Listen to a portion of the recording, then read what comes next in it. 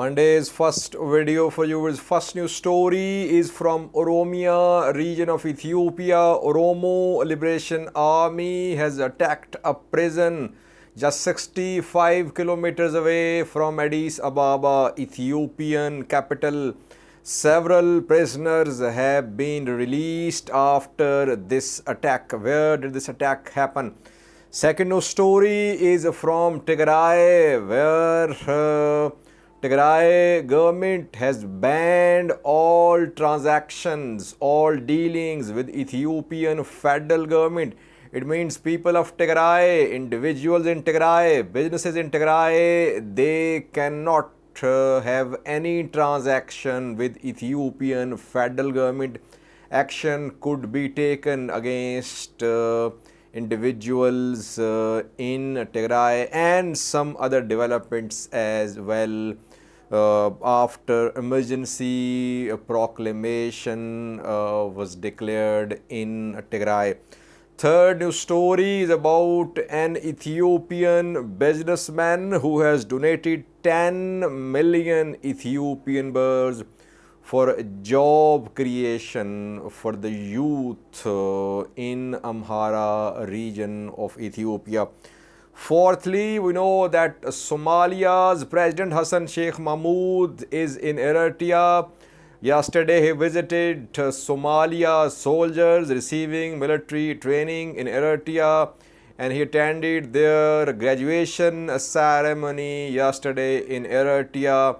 And after that, Villa Somalia released a statement. I raised some questions yesterday after Hassan Sheikh Mahmoud visited Somalia's recruits in Eritrea. What is Villa Somalia saying about Hassan Sheikh Mahmoud's visit of Somalia's soldiers in Eritrea? And lastly, Eritrean diaspora community is celebrating, it's attending celebratory events. Festivals are being held in Europe. We have a clip for you from a country in Europe where one of such celebrations is underway. Firstly, viewers, the first news story is from Oromia, where an armed group, Oromo Liberation Army, led by Komsa Deraba Jalmaro, has been operating for years. And recently, Ethiopian government launched two operations against Oromo Liberation Army. One was launched around 2 months ago, and second was launched after two Velaga civilian massacres, one in Kallam Velaga and the other in West Velaga. Ethiopian PM Abiy announced that Oromo Liberation Army would be wiped out. And then we saw mobilization of Ethiopian National Defense Force and regional forces in OLA's strongholds. So we don't know what is happening. Has OLA been contained or wiped out as was claimed by Ethiopian PM Abiy? What we have learned is that Oromo Liberation Army has stormed a prison in a town just 60 to 70 kilometers away from Addis Ababa, Ethiopian capital. If you remember, a few days ago, I shared pictures of OLA fighters from southwest Sheva zone of Oromia. I shared their picture from Sodo Wachi. They were seen standing in front of a government office. So they were in Sodo Wachi, Voreda. After these pics were released, local Voreda administrator announced that government forces, local forces launched an operation, and Oromo Liberation Army, they call it Shine, had been pushed out of Sodo Dachi Voreda. Now we have a new development from this same Voreda, Sodo Dachi Voreda, South West Sheva zone, Tare city Here, OLA fighters attacked a prison, and dozens of prisoners have been released. OLA has officially confirmed its attack on the prison in Tigray city. OLA-backed news sources say that political prisoners were being kept imprisoned. That is why attack was carried out. OLA carried out an attack on a prison in Dambi Dolo as well a few days ago, in which dozens of Dambi Dolo prisoners were released. Again, OLA said that those were political prisoners. Here again, according to OLA, political prisoners have been released. Were they political prisoners or criminals? We don't know. But OLA's attack on Sodo Dachi Voreda Tare city prison has been confirmed. Government has not shared numbers so far. How many have been released? What are their names? What were the charges against them? Were they members of Shene OLA or were they ordinary criminals? No statement from the government so far. But OLA's attack on Tare, 65 kilometers away from Addis Ababa, has been confirmed. So, Ethiopian PM Abiy says Shene will be wiped out. New operation is being launched. ENDF, regional forces, regional militias, federal police, Republican guards, all are part of the operation. On the other hand, OLA is hitting areas which are not traditional strongholds of Oromo Liberation Army. Southwest Shava is no traditional stronghold of Oromo Liberation Army. OLA's stronghold is Valega, or it was southern Romia. But in southwest, so close to Addis Ababa, Ethiopian capital, this attack has been carried out. Second news story is from Tigray. It's a very important news story, viewers. Human Rights Commission of Ethiopia last week released its annual report on human rights situation in Ethiopia, in all Ethiopia. So this report covers what is happening in Tigray too. Though Human Rights Commission led by Daniel Bakele has no office working in Mekelle. It had an office in Mekelle, but its office was closed. Somehow it got information from Tigray, what is happening in Tigray. Emergency proclamation was issued by Tigray government. Emergency was imposed in Tigray, you can say, keeping in view that Tigray is making military preparations and there is dire shortage of fuel. There are law and order issues as well. After the proclamation of imposition of emergency, some measures were taken which are being seen as violation of basic rights of Tigrayans. Firstly, according to Ethiopian Rights Commission, Tigray government has banned all transactions with Ethiopian federal government.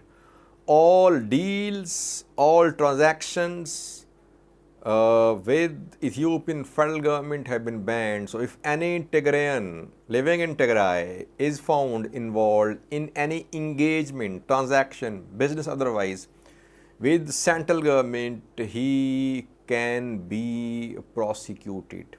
He can be arrested that he violated Tigray law. According to this emergency proclamation, central government is enemy of Tigray people. That is why people of Tigray must not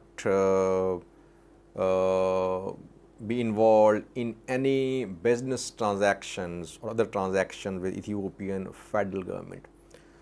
First point. Second point is that conscription, we already reported, is being reported by Human Rights Commission of Ethiopia too. Thirdly, People are being arrested, but due process of law is not being adopted. Courts have been set up, but some of these courts have not started their work so far. So those who are being arrested for different reasons, they are being kept at makeshift prisons, and they're being arrested by sometimes informal militias, not by police. Tigray government is in the process of raising a police, training a police. TDF members are being incorporated into police. So police, law enforcement institutions are in the making. Prosecution, judiciary, police, all institutions are in the making. That is why serious human rights abuses are being seen in Tigray. Some journalists were arrested too. At least 15 media workers have been arrested in Tigray in the past few days, and they are still in detention according to Human Rights Commission of Ethiopia.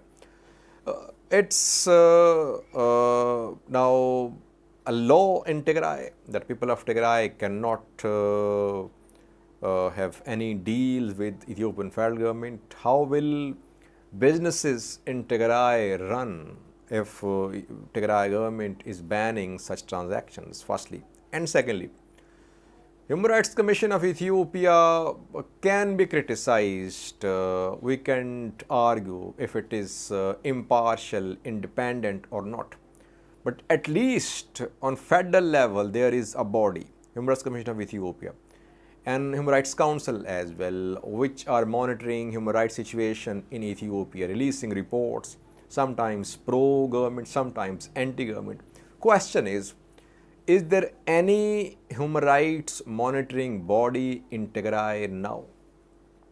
Tigray government should be under check and balance as well. Opposition parties have right to speak out, and human rights bodies should also be allowed to work in Tigray. Human Rights Commission of Ethiopia's office in Mekelle was closed by Tigray government. Question is, which other human rights bodies are working in Tigray? People of Tigray's rights should be respected, and opposition parties and human rights monitoring organizations should be allowed to work in Tigray. Independent bodies, not the ones backed by Tigray government. So I think Tigray government should make it clear which human rights bodies are working in Tigray, which are allowed to monitor human rights situation in Tigray. And secondly, has Tigray government made it a law that no Tigrayan can make any deals or any transaction with Ethiopian federal government? If there is such a law, how will businesses in Tigray be run? A third news story is about an Ethiopian businessman, wealthy man who played his role. He financially supported Amhara government forces, Amhara militias last year. Last year when Tigray Defense Force was in Amhara region, threatening to Addis Ababa, Ethiopian capital. Back then, some Amhara businessmen, they supported Fano militia members and armed groups. And this businessman reportedly funded Fano's activities last year. A few hours ago, this businessman donated or invested, you can say, 10 million Ethiopian birds for job creation in one district of the Amhara region. Name of this person is Belayneh Kindie. Belayneh Kindie is one of the millionaires in Amhara region of Ethiopia. And a few hours ago, at a program attended by a West Gajam zone administrators, Belayneh Kindie announced the investment of 10 million Ethiopian birrs in Sakela district. Sakela is in Gajam. So in Gajam, this money will be invested for job creation for youth. Belayneh Kindie and Verko Aitanao are two main businessmen and some others too. But these two were under the spotlight last year during the war, especially when war was in Amhara region. And reportedly both supported Amhara regional government, Ethiopian federal government, Amhara militia members, and they have close ties with PM Abiy as well, reportedly. But a good step should be appreciated that a businessman is donating 10 million birrs for job creation in one city of Amhara region. Fourthly, viewers, we have a new story from Eritrea, where Somali President Hassan Sheikh Mahmoud is visiting. Today is day 3 of his visit. Yesterday he visited Somalia soldiers under training in Eritrea for around 3 years. And yesterday was their passing out, yesterday the passing out ceremony was held and Hassan Sheikh attended graduation ceremony of Somalia's soldiers in Eritrea. We know that since last year controversy has been going around about these soldiers.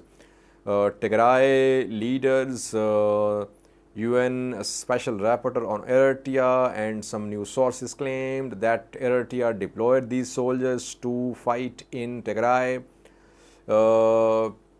Intelligence Agency of Somalia, Somalia's government, Eritrean government denied all these rumors.